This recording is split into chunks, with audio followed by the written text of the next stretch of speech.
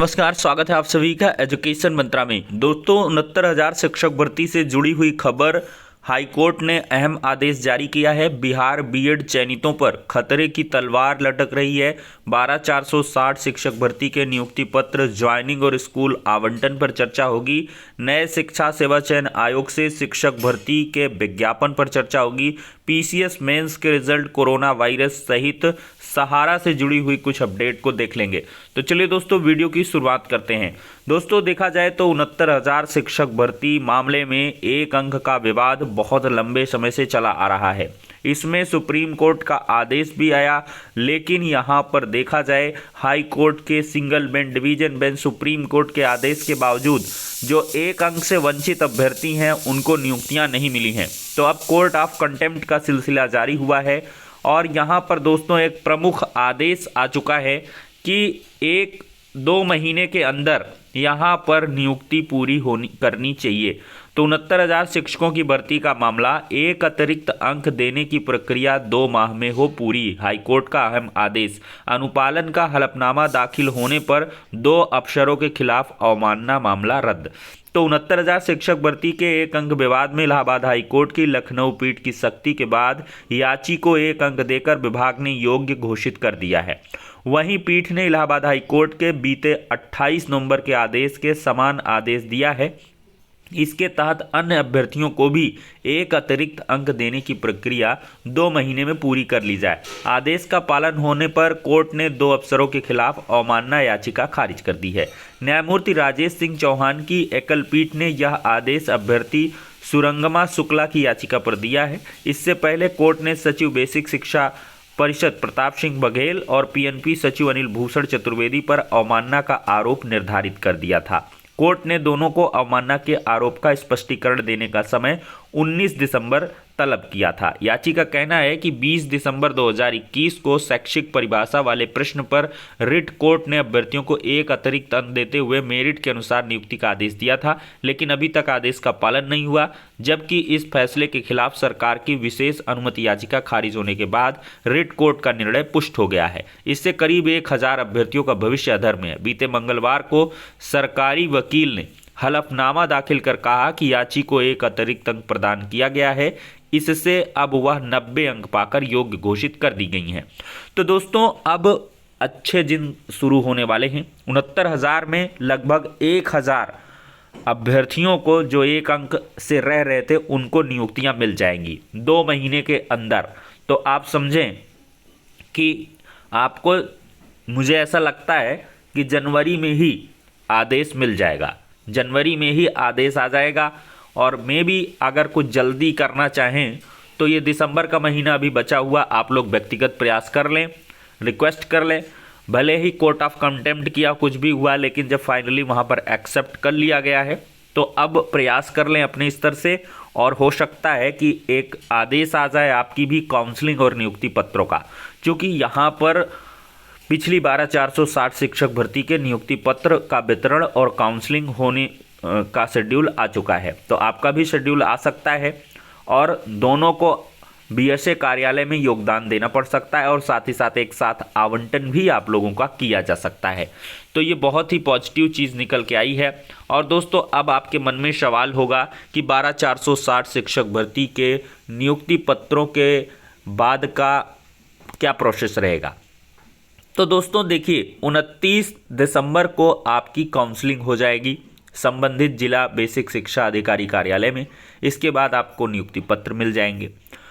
Just दूसरे दिन ही मिलेगा। बहुत ही जल्दी प्रोसेस को कंप्लीट करना है। 29 को काउंसलिंग, 30 को नियुक्ति पत्र, और फिर आप लोग बीएसए कार्यालय में ज्वाइन कर लेंगे। क्योंकि जो छुट्टियां हैं वो शुरू हो जाएंगी 31 दिसंबर से। बेसिक शिक्षा परिषद के समस्त प्राथमिक विद्यालय, उच्च प्राथमिक विद्यालय सभी बंद कर दिए जाएंगे 14 जनवरी तक।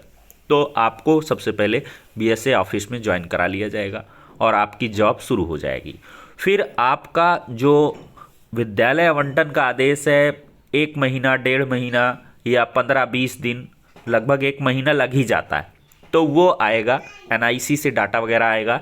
तब आपका ऑनलाइन स्कूल का आवंटन होगा। ऑनलाइन विकल्प आप देंगे और उसके आधार पर आपके वांछित जो भी स्कूल रहेंगे वहाँ पर आपको संबद्धता दी जाएगी। तो इस प्रकार से आपका प्रोसेस कंप्लीट होगा। और दोस्तों 22 तारीख की डेट आप सभी के लिए काफ़ी महत्वपूर्ण है, क्योंकि काउंसलिंग किस आधार पर होनी है, कट ऑफ किस तरह से जारी होना है, ये 22 तारीख की वीडियो कॉन्फ्रेंसिंग में तय होगा। तो ये 12,000 की बात हो गई। और दोस्तों बिहार बीएड के चयनितों पर खतरे की जो तलवार है वो लटक रही है।